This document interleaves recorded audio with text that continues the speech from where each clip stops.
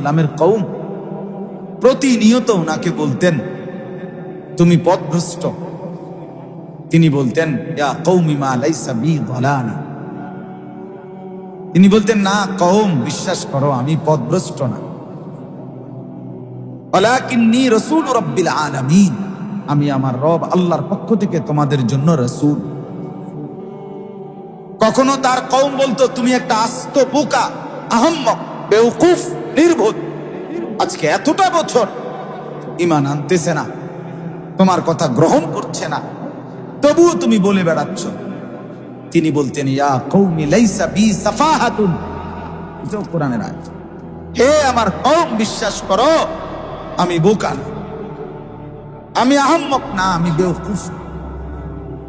ওয়ালাকিন্নী রাসূল রাব্বিল আলামিন, আমি আমার রবের রাসূল। ওই কিতাবে আছে উদ্দাতুস সাবিরিন কিতাবে আল্লামা ইমাম ইবনুল কাইয়িম রাহমাতুল্লাহ আলাইহি বলেন অসংখ্যবার নূহ আলাইহিস সালামের কওম ওনাকে মেরে রক্তাক্ত করে সারা শরীর জখম বানাইয়া যখন তিনি বেহুশ হয়ে যেতেন তখন চারজনে ধরাধরি করে দুই পাও দুই হাত আলগি দিয়া দইরা রাস্তার পাশে ফেলাই দিয়ে আসে। খোদার কসম আমি নিজ চোখে পড়ছি। হযরতে নূহ আলাইহিস সালাম এই অবস্থায় দীর্ঘ সময় পরে যখন হুঁশ আসতো, হুঁশ ফিরে আসতো, সাথে সাথেই তিনি রক্ত মাখা চেহারা মুছেই আবার চিৎকার করে বলতেন আল্লাহ আমি আবার যাচ্ছি, আমার কওমকে আবার বলবো আপনি আযাব দিয়েন না, ওরা বোঝে নাই। মা আল্লাহুম্মা গফির লি কওমি ফাইন্নাহুম লা ইয়ালামুন। ওই কিতাবে আছে নূহ আলাইহিস সালাম থেকে নিয়ে আমাদের নবী পর্যন্ত সমস্ত নবী এই কথা বলছে। এটা শুধু আমাদের নবীর কথা একজনের না, হার আম্বিয়া জুলুমের শিকার হয়েছে, আর প্রত্যেক নবী তার কওমকে প্রতিবার জুলুমের পরে সবার আগে মাফ করে দিয়েছে। আর এই বাক্য এটা বলছে আল্লাহ আমার কওম বুঝে নাই, মাফ করে দেন। এজন্য প্রিয় ভাই আমার, বাপ আমার, বন্ধু আমার, নওজোয়ান সাথীরা আমার, উদ্দেশ্য একটাই, ওলামায়ে কেরামের এই ফিকির, এই মেহনত, এই চেষ্টা, এই সব কিছুর মাকসাদ নির্বাচনী শোডাউন না, নিজেদের কোনো প্রচারণা না, শুধুই পরিবর্তন। শুধুই কি বলেন না, পরিবর্তন।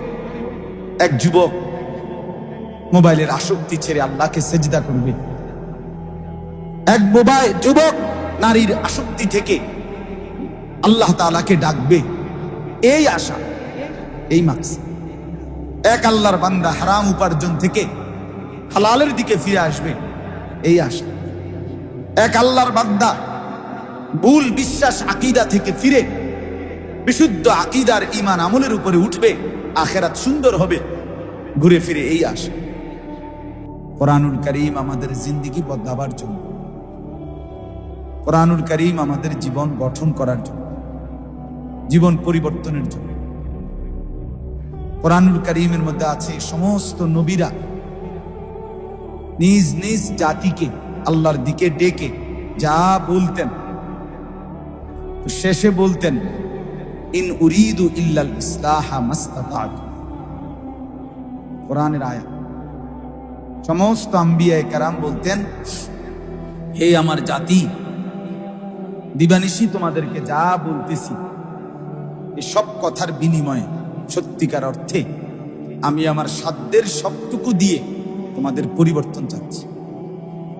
ইন উরিদু ইল্লাল ইসলাহ, আর কিছুই চাওয়া নাই, চাওয়া শুধুই তোমাদের সংশোধন। মাসতাতা'তু, সাধ্যের সবটুকু দিয়ে।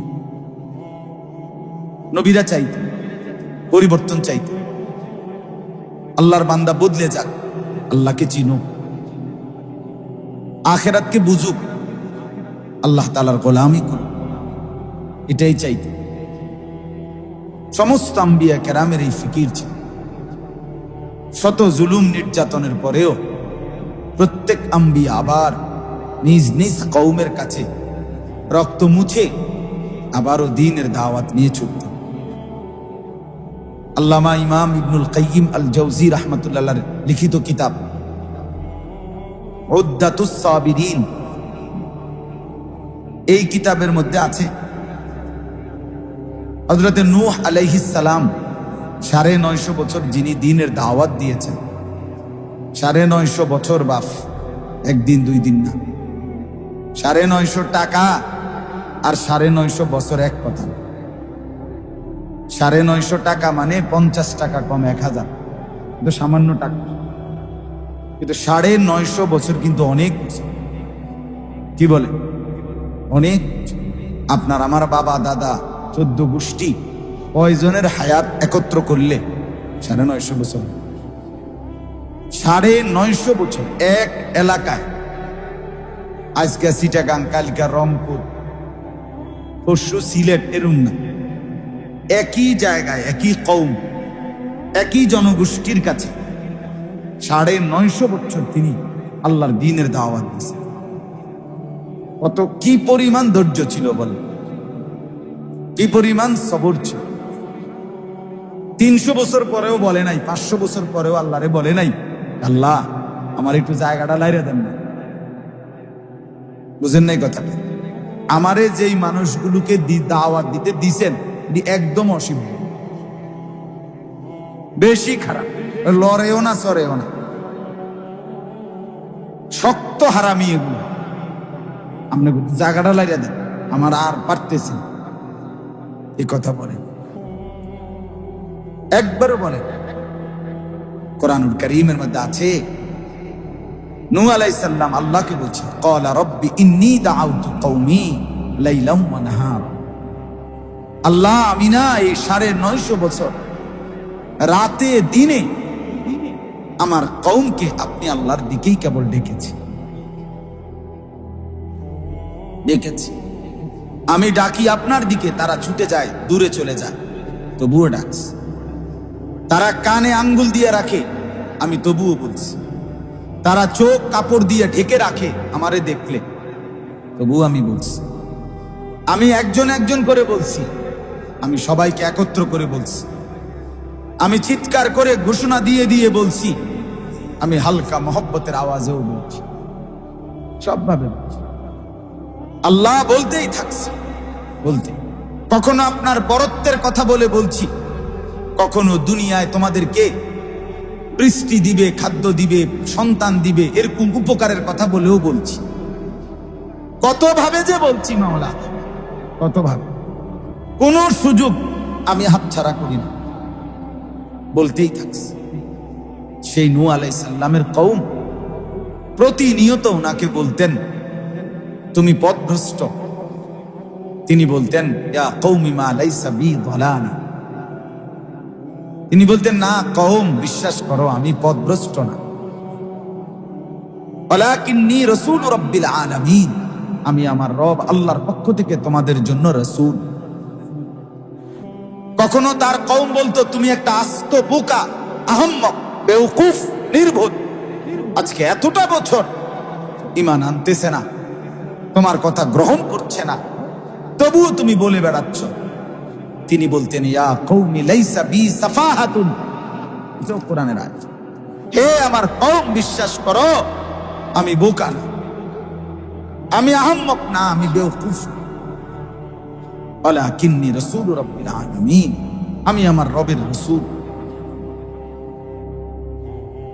ওই কিতাবে আছে উদ্দাতুস সাবিরিন কিতাবে আল্লামা ইমাম ইবনুল কাইয়িম রাহমাতুল্লাহ আলাইহি বলেন, অসংখ্যবার নূহ আলাইহিস সালামের কওম ওনাকে মেরে রক্তাক্ত করে সারা শরীর জখম বানাইয়া যখন তিনি বেহুশ হয়ে যেতেন, তখন 4 জনে ধরাধরি করে 2 পাও 2 হাত আলগি দিয়া দইরা রাস্তার পাশে ফেলাই দিয়েছে।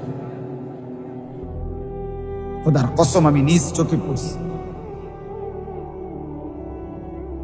হযরতে নূহ আলাইহিস সালাম এই অবস্থায় দীর্ঘ সময় পরে যখন হুঁশ আসতো, হুঁশ ফিরে আসতো, সাথে সাথেই তিনি রক্তমাখা চেহারা মুছেই আবার চিৎকার করে বলতেন, আল্লাহ আমি আবার যাচ্ছি, আমার কওমকে আবার বলবো, আপনি আযাব দিয়েন না, ওরা বোঝে নাই।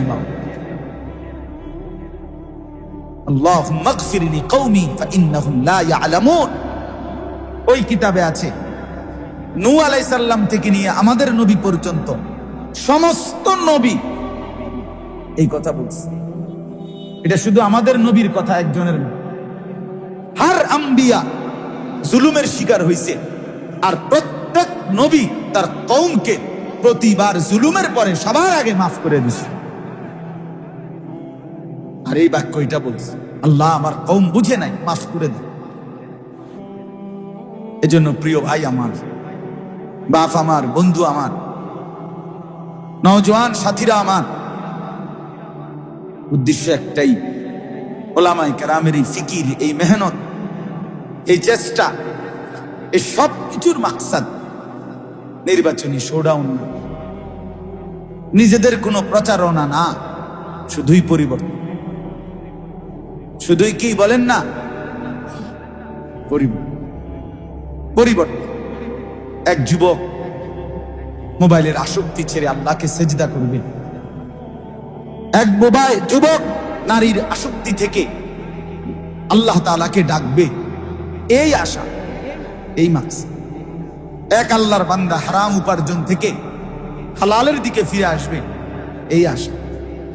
এক আল্লাহর বান্দা ভুল বিশ্বাস আকীদা থেকে ফিরে বিশুদ্ধ আকীদার ঈমান আমলের উপরে উঠবে, আখিরাত সুন্দর হবে, ঘুরে ফিরে এই আশা। আলহামদুলিল্লাহ, আজকে 157 বছর, 1866 সনে আমাদের এই কওমি মাদ্রাসার প্রথম মাদ্রাসা দারুল উলুম দেওবন্দ প্রতিষ্ঠিত হয়েছিল হিন্দুস্তানে, ইন্ডিয়ায়। তারপর থেকে আজকের এই 2023 পর্যন্ত 157 বছর ধরে একদিন দুই দিন না, উম্মতের সমস্ত শাখায় যত বিষয়ে আল্লাহর বান্দাদেরকে আখিরাতমুখী, আল্লাহমুখী সহি ঈমান এবং আকীদা, বিশ্বাস, চিন্তা দ্বারা দরকার হয়েছে, যত শাখায়, সর্বশাখায় এই 157 বছর ধরে টানা আমাদের কওমি মাদ্রাসাগুলো উম্মতের জন্য উপযুক্ত আলেম সরবরাহ করতেছে।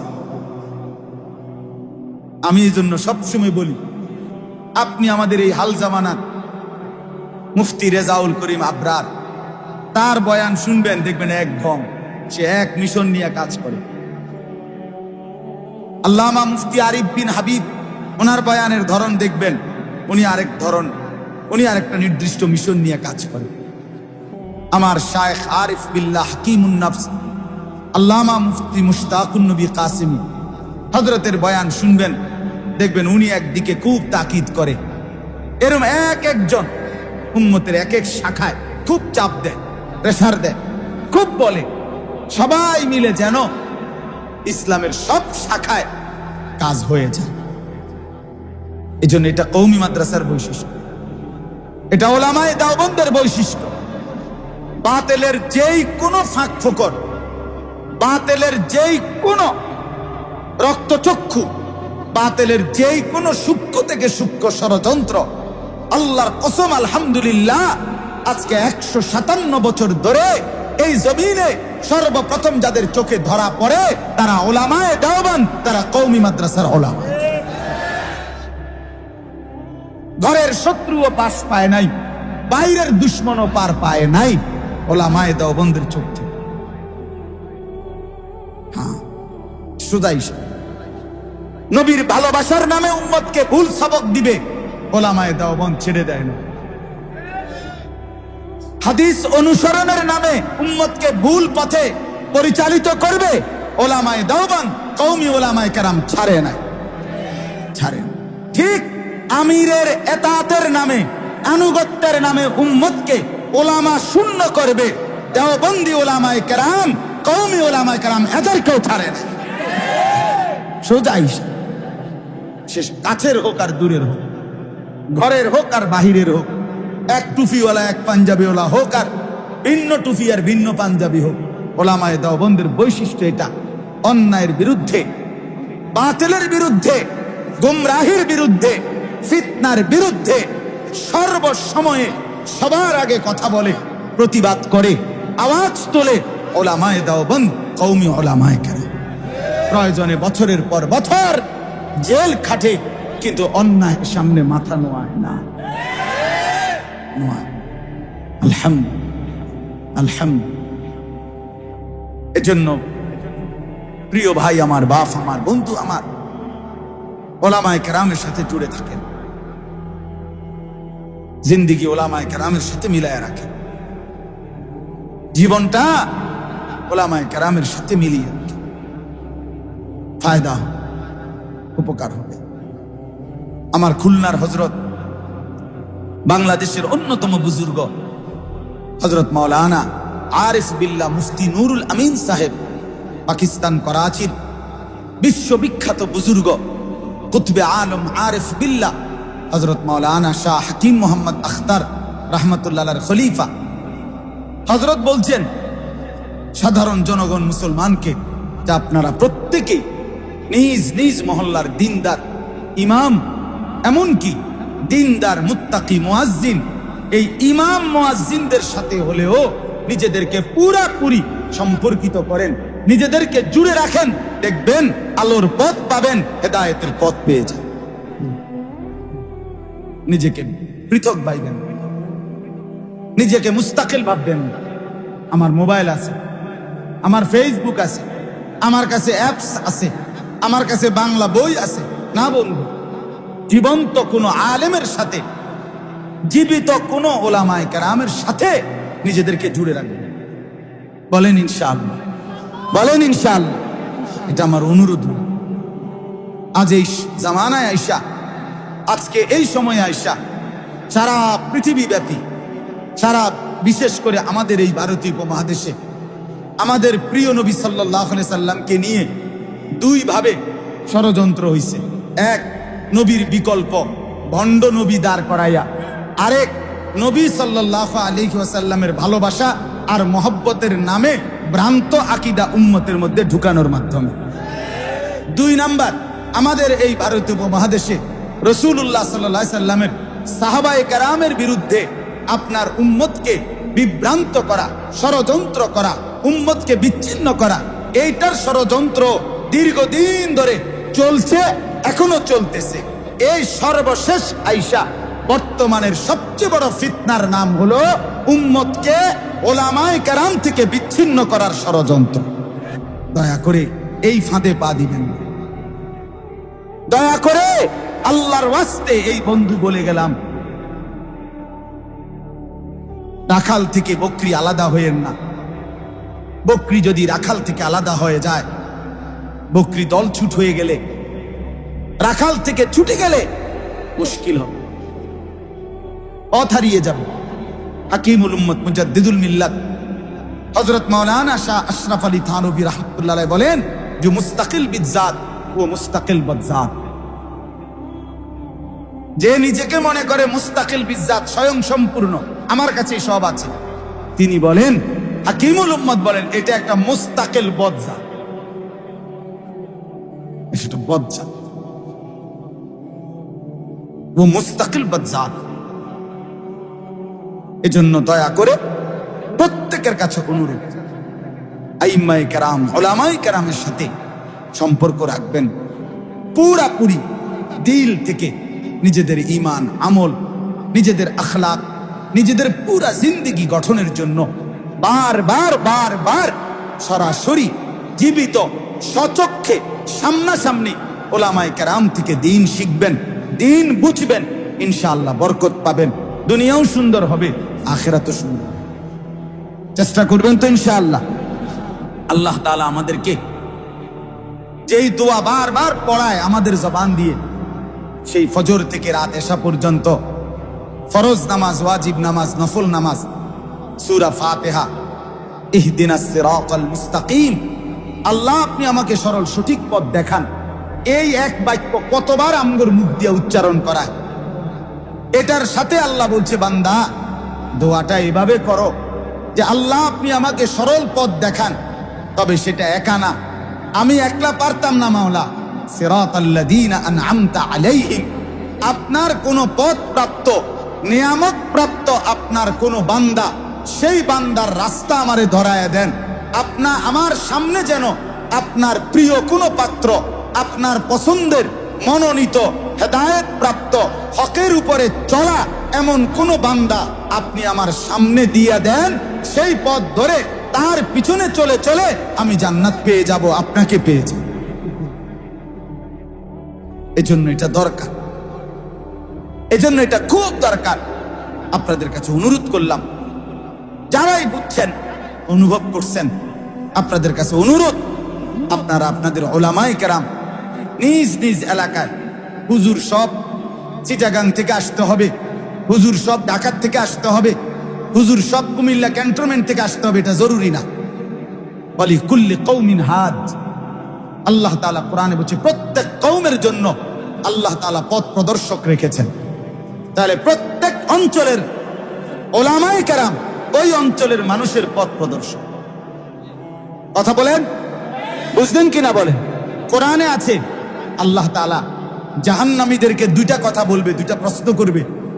আওয়ালাম নুআম্মিরকুম মা ইয়াতাযাক্কারু ফীহি মান তাযাক্কারা, আল্লাহ বলবে জাহান্নামীকে, নাফরমান বলো, যে পরিমাণ হায়াত দিলে তুমি নেক আমল করতে পারতা, আমি কি তোমাকে ওই পরিমাণ সময় হায়াত দেই নাই? কথা বলেন না কেন? 60 বছর বয়স হইল, 40 বছর বয়স হইল, তবুও আল্লাহকে চিনবার সময় হয় নাই। 25 বছর তাগড়া জওয়ান, আল্লাহকে চিনার টাইম হয় নাই। আল্লাহ বলেন আমি কি সেই পরিমাণ হায়াত দেই নাই, যে পরিমাণ হায়াত পেলে নসিহত নিতে পারতা? আর 2 নাম্বার, দ্বিতীয় প্রশ্ন আল্লাহ করবে, ওয়াজাআকুমুন নাযীর, তোমাদের প্রত্যেকের কাছে আমি আল্লাহর পক্ষ থেকে আমার ভয় প্রদর্শনকারী বান্দা, জাহান্নামের ভয়, আখিরাতের ভয়, আল্লাহর ভয়, কবরের ভয়, আযাবের ভয় দেখানোর মতো পথ প্রদর্শক, ভয় প্রদর্শন বানকারী বান্দা আমি কি তোমার কাছে পাঠাই নাই? তখন আপনি কি বলবেন? আল্লাহ তো জিজ্ঞেস করবে, বলো বান্দা, কোন ইমাম, কোন খতিব তোমাকে বলে নাই জাহান্নামের কথা? বলেন না, বলে নাই আপনাদেরকে? আমাদের মসজিদগুলোর ইমাম সাহেবরা আপনাদেরকে আখিরাতের কথা বলে না? আপনাদেরকে জাহান্নামের কথা বলে নাই? আপনাদেরকে জান্নাতের কথা বলে নাই? তাইলে আল্লাহ বলেন আমি প্রত্যেকের কাছে নজির পাঠিয়েছি, ভয় প্রদর্শনকারী পাঠিয়ে। এই আয়াতের তাফসীরের আলোকে এই কথা স্পষ্ট, প্রত্যেক অঞ্চলের যারা ইমাম, প্রত্যেক অঞ্চলের যারা উলামায়ে কেরাম, তারা ওই অঞ্চলের নজির, ওই অঞ্চলের মানুষের জন্য আল্লাহর পক্ষ থেকে ভয় প্রদর্শনকারী বান্দা।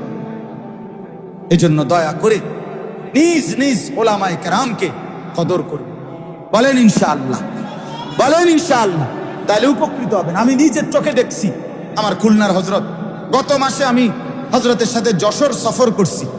হযরত বয়ান করতেছেন মসজিদে, মাগরিব বাদ, মসজিদের ইমাম সাবরে হযরত সামনে বসাইয়া মসজিদের মুসল্লি বললেন যে আপনারা এই মসজিদের মুসল্লি কারা কারা?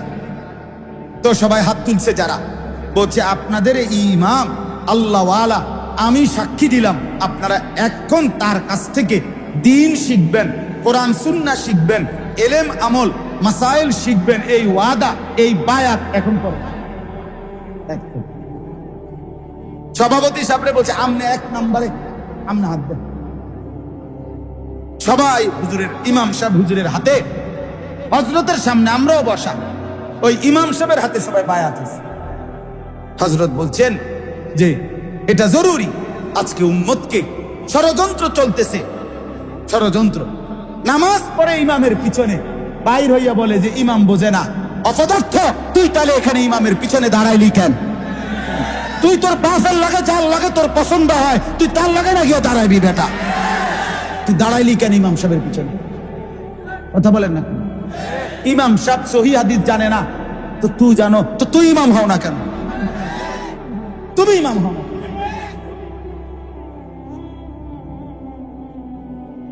আশ্চর্য, এত বড় জালেম মানুষ হয় কেন? আমি যার পিছনে নামাজ পড়ছি, সালাম ফিরাইয়া তুমি তার ব্যাপারে মন্তব্য করছো, বেটা জানে না। আর ফার্মের মুরগা বেচে, দেড় বুড়িয়া ফার্মের মুরগা বেচে, আমার পরিচিত হেতে বলে সহি হাদিস। এবার সাদা মুরগা, কোনো কক না, সাদা ঠেঙ্গলা জেডিয়ারি এডি বেসে, সাদা মুরগা বেসে, ফার্মের মুরগা হেতে সহি হাদিসের ফেরি করে। আমরা বুঝি না, আমরা সিরিয়াস আবাইছি বলে বুঝি।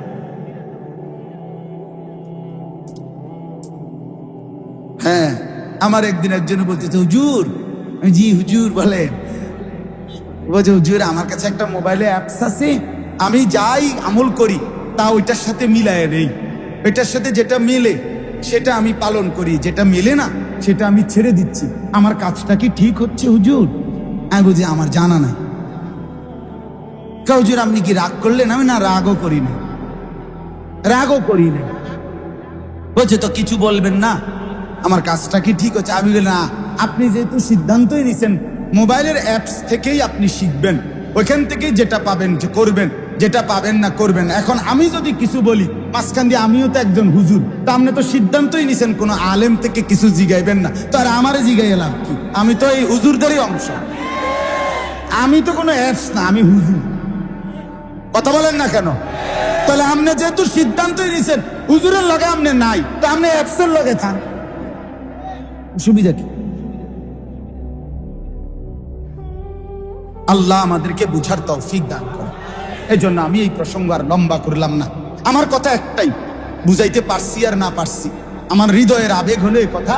আমার নওজোয়ান সাথীরা, প্রত্যেকের কাছে আমার অনুরোধ, দোস্ত, প্রিয় ভাই বন্ধু, অবশ্যই হক্কানি, রব্বানি, মুত্তাকি, আল্লাহওয়ালা জীবিত কোন আলেমের সাথে সশরীরে সম্পর্ক গড়ার চেষ্টা করবেন।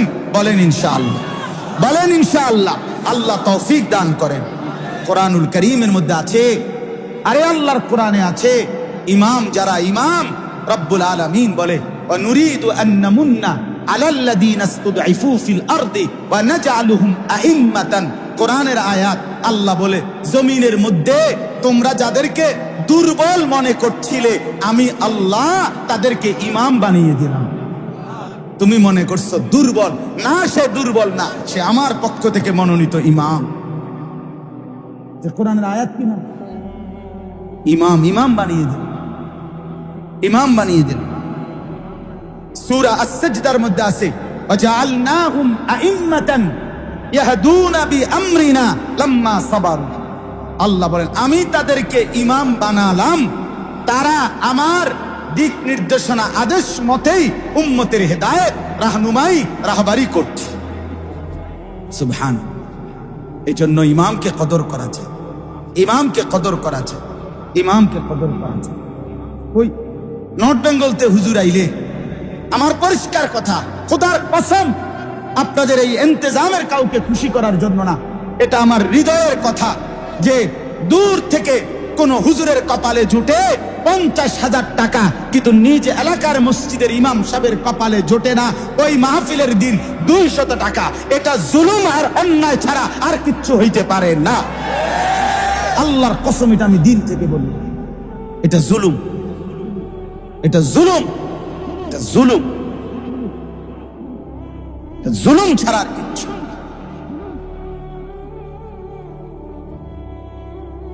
কেউ 1 ঘন্টায় 60,000 টাকা পাবে, আর বেচারা ইমাম একটা মাস খোদার 30 দিন মালিকের ঘরে পড়ে থাকে, মালিকের ঘরে সেজদা দেয়, তার কপালে 8,000 টাকা বেতন জোটে না। মুসলমান, এর জন্য আল্লাহর কাছে জবাবদিহি করতে হবে, কোনো সন্দেহ নেই, কোনো সন্দেহ নেই, আল্লাহর কাছে জবাবদিহি করতে হবে। এটা খেয়াল করা উচিত, এটা ইনসাফের সাথে ভাবা উচিত। আপনি কল্পনা করেন, আপনি কল্পনা করেন, ইমামের মসনদে যিনি দাঁড়াইছে, ওই যে মসজিদে ইমামের জায়গায় যিনি দাঁড়ায়, এবারে শুধু 1 মিনিট জিগান, হুজুর আমনের আগে ইমাম কে ছিল? উনি আরেকজন ইমাম সাহেবের নাম বলবেন, তো উনার আগে আরেকজন, এভাবে যদি ধারাবাহিক পিছন দিকে যায়, ইমামের নাম বলতে থাকে, তাহলে যেতে যেতে একদিন একজন বলবে, আমার আগে ইমাম ছিল সাইয়্যিদুনা হযরত আলী রাদিয়াল্লাহু তাআলা। এবার আলীকে জিজ্ঞেস করেন, আলী আপনার আগে ইমাম কে ছিল? তিনি বলবেন, আমিরুল মুমিনিন সাইয়্যিদুনা উসমান ইবনে আফফান তিনি ইমাম ছিলেন। এবার ওসমানকে বলেন আপনার আগে ইমাম কে ছিল? তিনি বলবে আমিরুল মুমিনিন সাইয়্যিদুনা ওমর ইবনে খাত্তাব রাদিয়াল্লাহু তাআলা আনহু। এবার ওমরকে বলেন আপনার আগে ইমাম কে ছিল? ওমর বলবে আমার আগে ইমাম ছিল আমিরুল মুমিনিন সাইয়্যিদুনা আবু বকর সিদ্দিক রাদিয়াল্লাহু তাআলা আনহু। এবার আবু বকর সিদ্দিককে বলেন, প্রিয় বন্ধু, এবার আবু বকরকে বলেন আবু বকর আপনার আগে ইমামের এই জায়গায় কে দাঁড়াচ্ছে? আবু বকর কি বলবে? কার নাম বলবে? ইমামুল আম্বিয়া, ইমামুল আতখিয়া, নবিউল আম্বিয়া, মুসাদ্দিকুল আম্বিয়া, মুসাদ্দিকুর রাসূল, নবী দো জাহান, নবী দো শাহান, নবী দো আলম, মুহাম্মাদুর রাসূলুল্লাহ সাল্লাল্লাহু আলাইহি ওয়াসাল্লাম। এবার ভাবছেন এটা সেই জায়গা যে জায়গায় ইতিপূর্বে সরদারে দো আলম রাসূলুল্লাহ সাল্লাল্লাহু আলাইহি ওয়াসাল্লাম দাঁড়িয়েছে। সেই জায়গায় 1450 বছর পরে আপনি দাঁড়িয়েছেন। খামখেয়ালি কথা। আল্লাহ তাআলা আমাদেরকে উলামায়ে কেরাম, আইম্মায়ে কেরামকে কদর করার তৌফিক দান করেন।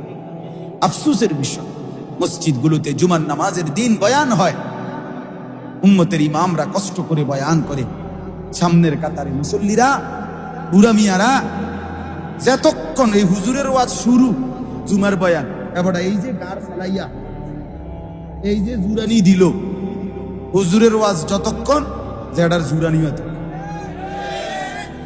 যখনই হুজুরের ওয়াজ শেষ, ইমাম সাহেবের বয়ান, এবার জুরানি শেষ। এবার জি গেবেন কাকা আর জুরাইতেন না? কব আমি জুরাইলাম হইলে, কিন্তু হুজুর তো ওয়াজ বন্ধ করে দিচ্ছে। হুজুরের কোন ওয়াজ চালু রাখতে আমার ঘুম চাই।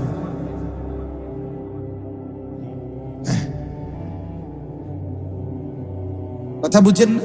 পিছন থেকে যুবকগুলো মসজিদের পিছনে, নওজোয়ান ছেলেরা মুসলমানের ঠেলা ঠেলি, ধাক্কা ধাক্কি, একজন চুল টানে, একজন ফ্যান টানে, একজন মোবাইল টিপে, এই তামাশা করে, যার ফলে হায় মুসলমান যেভাবে ঢুকছিল সেভাবেই বের হয়ে যায়।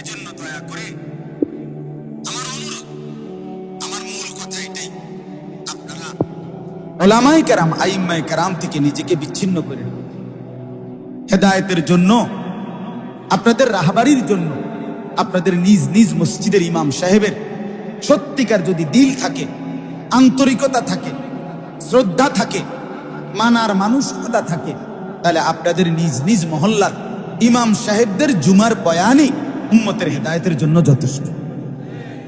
কিন্তু আফসোস হলো আমরা হুজুর, এবার হুজুর আসরের পরে কেউ ওয়াজ করবো, আমরা ইমাম সাহেব টুকটাক কিছু করবো, যেমন এটা বেটকি মেললো আর আমরা ইমাম সাহেব আসছে, এটা কথা হইলো, এটা কি আদব হইলো? বলেন না কেন? আমরা ইমাম সাহেব মাগরিবের পরে এ হুজুর, আমরা এলাকার হুজুর কোনো রকম চালাইয়া নেই, আমি আইলেও আছে, আমরা এলাকার হুজুরে বলে চালাইয়া নেয়। আসরের পরে টুকটাক ওয়াজ করে, এগুলো ইনসাফের কথা হইলো? বলেন না কেন? আস্তাগফিরুল্লাহ, আস্তাগফিরুল্লাহ, আস্তাগফিরুল্লাহ। আমার পরিষ্কার কথা, যদি আপনার এলাকার হুজুর উপযুক্ত না হয়, আপনি তারে রাখলেন কেন? আর যদি উপযুক্ত হয়, তার কথা শুনবেন না কেন? ঠিক কিনা বলেন না কেন? অনুপযুক্ত ইমাম রাখবেন কেন? উপযুক্ত ইমামকে মানবেন না কেন? কথা বলেন না কেন? তাইলে আসরের পর, জোহরের পর, মাগরিবের পর, ফজরের পর, খোদার কসম এই সব টাইম 24 ঘন্টার যখনই যিনি আল্লাহর কথা যিনি বলে, তিনি আপনার এলাকার হোক আর চাঁদের দেশের হোক, আর মঙ্গল গ্রহের হোক, আর সৌরজগতের বাইরে হোক, সবাই আল্লাহর কথা যার জবান দিয়ে বের হয় সেই দামি, সেই দামি, সেই দামি, সেই দামি, সেই সম্মান। তাকে কদর করবেন। বলেন ইনশাআল্লাহ, বলেন ইনশাআল্লাহ। আল্লাহর কথা সারাক্ষণ দামি। আল্লাহর কথা কতক্ষণ দামি? সারাক্ষণ। জোহরের পরেও দামি, আসরের পরেও দামি। প্রধান বক্তা, বিশেষ বক্তা, আদলি বক্তা, শিকি বক্তা, রুফালি বক্তা, ধোকা ধোকা ধোকা, এগুলা সব, এগুলা ধোকা, এগুলা সব ধোকা। কিসের প্রধান বক্তা, বিশেষ বক্তা? যে আল্লাহর কথা বলে, যখনই বলে তখনই দাম। সবাই প্রধান বক্তা। ওমান আহসান, ওমান আহসান, আল্লাহ বলছে ওমান আহসানু কাওলাম মিম্মান দাআ ইলাল্লাহ। তার কথার চাইতে উত্তম, সর্বোত্তম, আহসান আর কার কথা? যে মানুষকে আল্লাহর দিকে ডাকে। এজন্য ইনশাআল্লাহ বলেন, নিজ নিজ এলাকার ওলামা আইম্মায়ে কেরামকে কদর করবেন তো ইনশাআল্লাহ? বলেন ইনশাআল্লাহ। আল্লাহ তৌফিক দান। আমি সর্বোচ্চ গুরুত্ব দিয়ে বললাম, নাইলে পথ হারা হয়ে যাবে, পথ হারা হয়ে যাবে। আমার বাপ নিজে নিজে চইলেন না, নিজে নিজে চইলেন, নিজে নিজে চইলেন। ইয়া আইয়ুহাল্লাযীনা আমানুত্তাকুল্লাহ ওয়া কুনু মা'আস সাদিকিন। আল্লাহ তাআলা বলে, মুমিন, তোমার কাছে দুইটা জিনিস জরুরি জান্নাতের জন্য। এই আয়াতে ইয়া আইয়ুহাল্লাযীনা আমানু, একটা হলো ঈমান, আরেকটা হলো ইত্তাকুল্লাহ, তাকওয়া। ঈমান এবং তাকওয়া, ঈমান এবং তাকওয়া, এই দুই দৌলত যার কাছে আছে তার ঠিকানা জান্নাত। এখন আল্লাহ নিজে বলেন, ঈমান চাও, তাকওয়া চাও, জান্নাত হতে চাও, কি করবা? ওয়াকুনু মা'আস সাদিকিন। আমার প্রিয় বান্দা, আমার সত্যবাদী বান্দা, আমার নেক বান্দা, আমার পছন্দের বান্দাদের সঙ্গী হও। ঈমানও মিলবে, তাকওয়াও মিলবে, জান্নাতও মিলবে। এজন্য এটা জরুরি। আজ ছেলেদেরকে ওলামায়ে কেরাম থেকে দূরে সরানো হচ্ছে। মোবাইল, তোমার কাছে মোবাইল আছে, তোমার কাছে বাংলা বই আছে, না বাপ, ওলামায়ে কেরামের দিক নির্দেশনা নিয়ে বাংলা পড়ো আর উর্দু পড়ো, মানা নাই, কিন্তু ওলামায়ে কেরামের সরাসরি রাহবারি নিয়ে, দিক নির্দেশনা নিয়ে পড়তে হবে। আল্লাহ তৌফিক দান করেন। চলেন এবার আমি আয়াতের তর্জমাটুকু বলি, তাইলে আমার কথা শেষ। আমি 4টা আয়াত পড়ছি সূরা বনী ইসরাঈলের, ৭৮, ৭৯, ৮০, ৮১। এই 4টা আয়াতের মধ্যে আল্লাহ তাআলা 3টা আমলের কথা বলছে। 3টা আমল বলছে নবীকে, যে বন্ধু, আপনি এবং আপনার উম্মত সাহাবীদেরকে নিয়ে এই 3 আমলে নিয়মিত অভ্যস্ত হন। 4 নম্বর আয়াতে আল্লাহ বলেন, 3 আমল ঠিক হলো তো? মনে করেন নবীজি বললেন, হ্যাঁ রব্বুল আলামিন, আমি আমার অনুসারী নিয়া এই 3 আমল ঠিক মতো করতেছি। আল্লাহ বল 4 আয়াতে বলেন, অকুল, তাইলে বলে দেন, যা আল হাক্কু, হকের বিজয় হয়ে গেল, হকের বিজয় হয়ে গেল। ওয়াজাহাকাল বাতিল, বাতিলের পরাজয় হয়ে গেল। ইন্নাল বাতিলা কানা যাহুকা, আর বাতিল নিশ্চয়ই পরাজিত হওয়ারই, দূরে সরে যাওয়ার, বিতাড়িত হওয়ারই বস্তু। আপনারা 3 গুণে অভ্যস্ত হন। আল্লাহ বলেন, আপনার মাধ্যমে শুনাইলাম, এই 3 সিফাত আসবে, হকের বিজয় আর ঠেকাবে কে? কয়টা সিফাত বলেন? কয় গুণ? কয় গুণ? আবার বলেন। 3। 1 নাম্বার, আকিমিস সালাতা লিদুলুকিশ শামসি ইলা গাসাকিল লাইলি ওয়া কুরআনাল ফাজর ইন্না কুরআনাল ফাজরি কানা মাশহুদা। আমি লম্বা ব্যাখ্যা ছাড়া বলতে চাই। এই 1 নাম্বার, এই আয়াতের মাধ্যমে আল্লাহ তাআলা বলেন, 1 নাম্বার আমল হলো 5 ওয়াক্ত নামাজ। কি বলেন না? এই 5 ওয়াক্ত নামাজ। এর মধ্যে আল্লাহ বলছে 4 ওয়াক্ত আল্লাহ একসাথে বলছে, যোহর, আসর, মাগরিব, এশা। এই 4 ওয়াক্ত বলে আল্লাহ বলেন, এবং বিশেষভাবে ফজর, এবং বিশেষভাবে কি বলেন না? ফজর, ফজর, ফজর, ফজরের নামাজ, যেটা দুপুর 12টা, 12:30টার দিকে পড়ে। কোন সময় পড়ে? এইটার বলছে সকাল 5টা 20-এ যেটা পড়ে, এইটা। কথা বুঝছেন কিনা বলেন? আল্লাহ তাআলা বলেন ইন্না কুরআনাল ফাজরি কানা মাশহুদা, বিশেষভাবে ফজর কেন বললাম?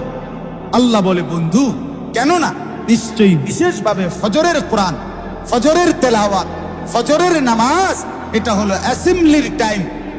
অর্থাৎ সারা রাত আমার জমিনে যত ফেরেশতা পাহারাদারি করে, ফজরের ওয়াক্তে তারা আসমানে ফিরে যায়। সারা দিন যত ফেরেশতা জমিনে পাহারাদারি করবে, তারা ফজরের ওয়াক্তে জমিনে নেমে আসে। আল্লাহ পাক রাসূলের হাদিসের মধ্যে আছে, নবীজি বলেন সারা রাতের ফেরেশতা যাওয়ার সময় ফজরের নামাজ পড়ে যায়, সারা দিনের ফেরেশতা আসার সময় ফজরের নামাজ আইসা জামাত ধরে।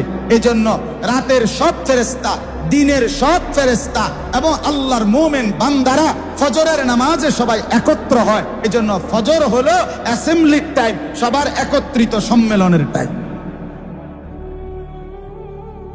অ্যাসেম্বলি বুঝেন না?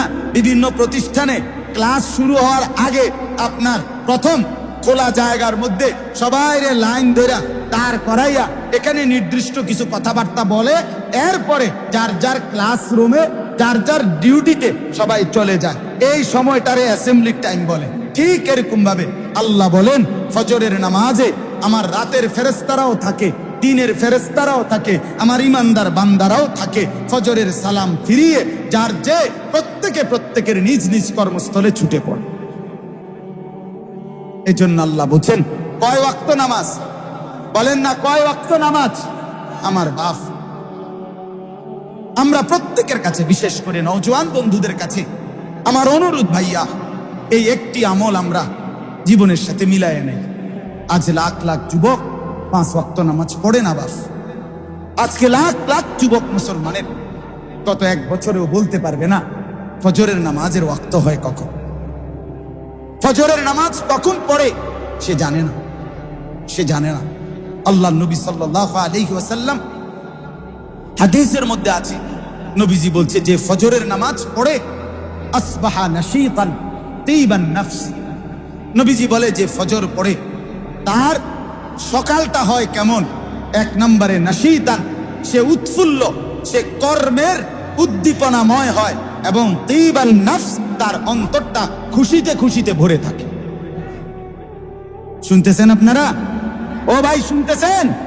এরপরে শুনেন, যুবক তোমরা শোনো, নওজোয়ান তোমরা শোনো, আল্লাহর রাসূল বলেন ওয়া ইল্লা আসবাহা খাবিসান নফস কাসলানান। নবীজি বলেন আর যে ফজরের নামাজ পড়ে না ওইটার সকাল, ওইটা কেমন? খাবিসান নফস। রাসূল বলে এটা একটা খবিস, এটা ফজরের নামাজ পড়ো না তোমরা যারা, তোমরা খবিস তুই বেটা, খবিস বেটা।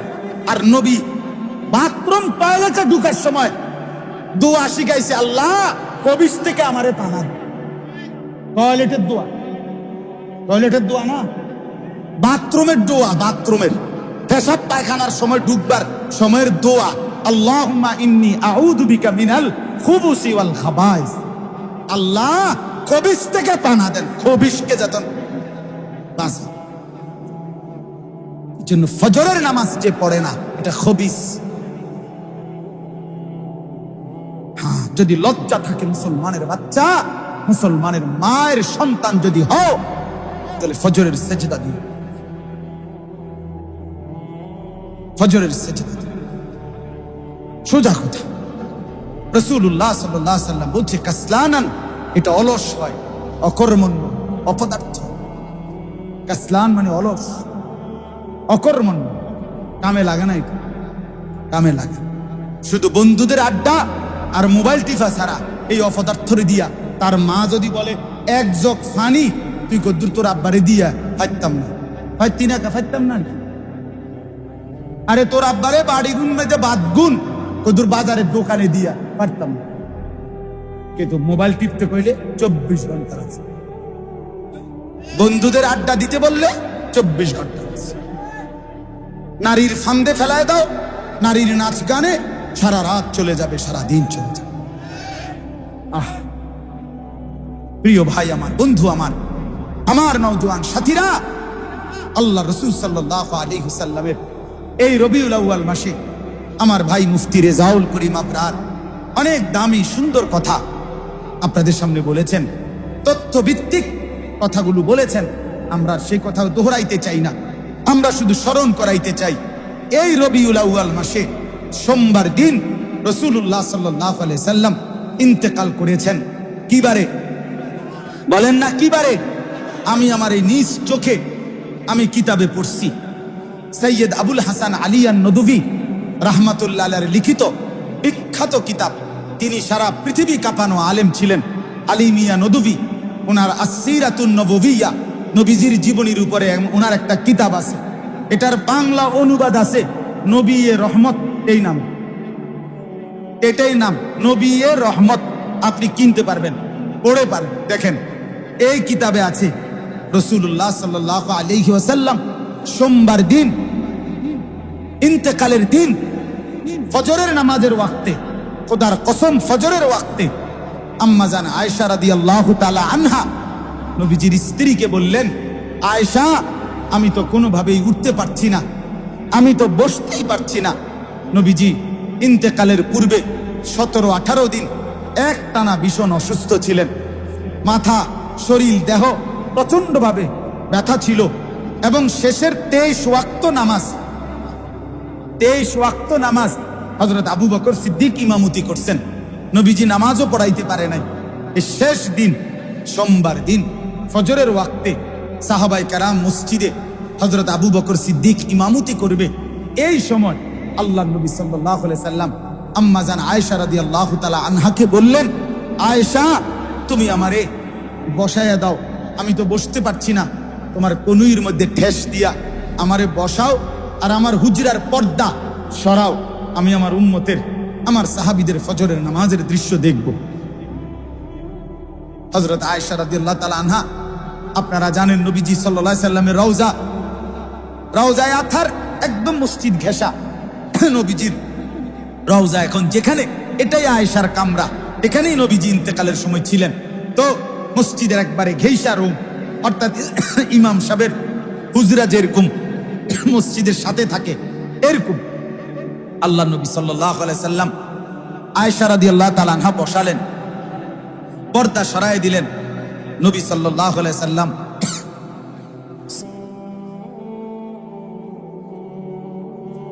এক নজর মসজিদের দিকে তাকাইয়া দেখলেন পুরা মসজিদ ভরা সাহাবী। আবু বকর ইমামের জায়গায় মসজিদের মধ্যে 100 সাহাবী উপস্থিত। আল্লাহ নবী সাল্লাল্লাহু আলাইহি সাল্লাম, সাহাবায়ে কেরাম, হাদিসে তারিখের মধ্যে আছে, সাহাবায়ে কেরাম খুশিতে আবু বকর সিদ্দিক পিছনে হটতে চাচ্ছিলেন। আল্লাহ নবী ইশারা করলেন যেন না হটে, ইমামতি করে। এরপরে আম্মা জান আয়েশা রাদিয়াল্লাহু তাআলা আনহাকে নবীজি বললেন, আয়েশা, চোখের পানি ছেড়ে দিয়ে নবী বললেন, পর্দা মিলায়া দাও। আর আয়েশা, শোনো, আমার 23 বছরের মেহনত সার্থক। আয়েশা, আমি বিগত 23 বছর আমার পিঠে তায়েফের পাথরের আঘাতের দাগ আছে, আমার দান শহীদ আছে, আমার পেটে পাথর বাঁধা, আমি ক্ষুধার কষ্টে পাথর বেঁধেছিলাম, আমি 3 মাস ঘরের চুলায় টুমগরে নিয়া চুলায় আগুন জ্বলে নাই, ক্ষুধার্ত ছিলাম। আয়েশা, আমার এই 23 বছরের দিবা নিশির মেহনতের বরকতে আজ আমি উম্মতকে দেখলাম ফজরের নামাজে মসজিদ ভরা, আমার উম্মত সকলেই উপস্থিত। খোদার কসম আয়েশা, এবার আমি আমার আল্লাহর কাছে যেতে আমার আর কোনো আপত্তি নাই, আমি তৃপ্ত, আমি খুশি হলাম। এই বলে নবীজি মুচকি হাসি দিয়ে আল্লাহর কাছে 2 হাত তুলে বলছিলেন, আল্লাহুম্মা রাফিকাল আ'লা, আল্লাহ, এখন আমি বন্ধু আপনার কাছে যেতে চাই। খোদার কসম, এই দিন সোমবার দ্বীপ প্রহরের সময় আল্লাহ রসুল যখন সূর্য পশ্চিম দিকে হেলতেছে, জোহরের নামাজের আগেই ওই দিন নবীজি ইন্তেকাল করেছে। এজন্য প্রিয় ভাই আমার, এখানে যারা বসছেন, আপনাদের কাছে অনুরোধ, রাসূলুল্লাহ সাল্লাল্লাহু আলাইহি সাল্লাম উম্মতকে শেষ দেখে গেছেন কোন নামাজে? আবার বলেন, কোন নামাজে?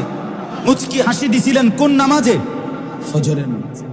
ফজরের সেই উম্মত যখন হাসরের ময়দানে আমলনামা নবীজির সামনে তুলে ধরবে, আর নবী যখন পৃষ্ঠার পর পৃষ্ঠা উল্টাইয়া দেখবেন মাসের পর মাস, বছরের পর বছর ফজরের নামাজ নাই, কি পরিমাণ কষ্ট পাবে, কি পরিমাণ কষ্ট পাবে। আমার উম্মত, তুমি আমার তাইফের রক্তের কথা ভুলে গেলে, তুমি আমার পেটে পাথর বাঁধার কথা ভুলে গেলে, তুমি আমার দান দান শহীদের কথা ভুলে গেলে, কি জবাব দিবে? এই জন্য প্রিয় ভাই আমার, রাত অনেক হয়ে গেছে, আমরাও লম্বা করতে চাচ্ছি না। আর আপনাদের কাছে অনুরোধ, বাপ ফজরের নামাজ সহ 5 ওয়াক্ত নামাজে অভ্যস্ত হবে, বলেন ইনশাআল্লাহ। যুবক ভাইরা আলাদাভাবে বলেন ইনশাআল্লাহ। যুবক ভাই, তোমার কাছে আমার একটা অনুরোধের কথা শোনো ভাই। বুখারী মুসলিমের হাদিস, রাসূলুল্লাহ সাল্লাল্লাহু আলাইহি সাল্লামের আজীব হাদিস। নবীজি বলছে, লাকাদ হামামতু আন আমুরা ফিতিয়াতি। এটা কি কথা? নবীজি বলছেন, আমার ইচ্ছা হয় আমি আমার যুবকদেরকে সাথে নেই। ফিতিয়াতি, আমার যুবক। নবী বলছে, আমি আমার যুবকদেরকে নেই, নেওয়ার পরে আমি চাই ওই যুবকদেরকে যে তোমরা লাকড়িতে আগুন লাগাও। নবীজি বলেন, অতঃপর আমি আমার যুবকদেরকে সাথে নিয়ে ওই ঘরগুলোতে যেতে চাই যে ঘরগুলোতে মানুষ, পুরুষ, ইউসাল্লুনা ফি বুয়ুতিহিম লাইসাত বিহিম ইল্লাতুন, কোনো কারণ ছাড়া যারা ঘরে নামাজ পড়তেছে। নবী বলেন, আমার যুবকদেরকে সাথে নিয়ে আমি চাই ওই ঘর, ওই নামাজি লোক সহ ওই ঘর কেন নামাজ ঘরে পড়ছে এই জন্য আগুন দিয়া জ্বালায়। বলেন তো, রাসূল চাচ্ছে যুবককে সাথে নিয়ে বেনামাজির ঘর জ্বালায় দিবে, অথবা মসজিদে আসে নাই এমন মানুষের ঘর জ্বালায় দিবে, আর সেই যুবক তো নিজেই নামাজ পড়েন।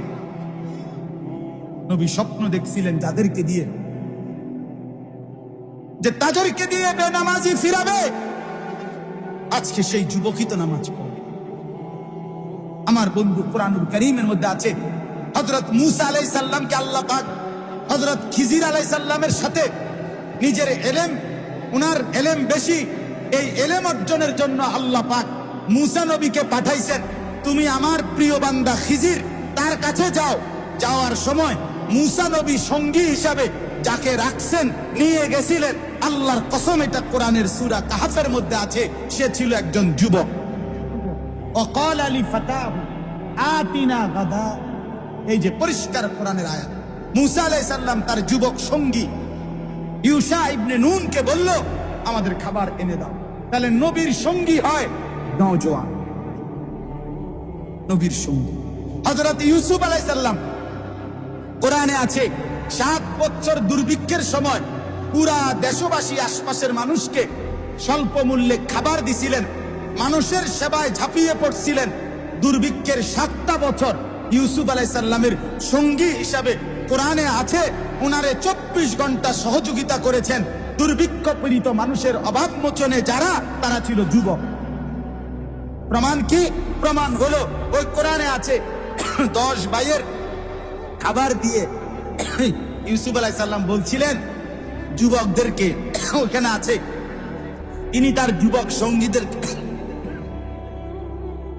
1 কাপ চা, এত বড় ইন্তজামের সাথে নাই। আল্লাহ আপনাদের মাফ করুন। আগেও তো দিতে বলছিল। এজন্য ভাই,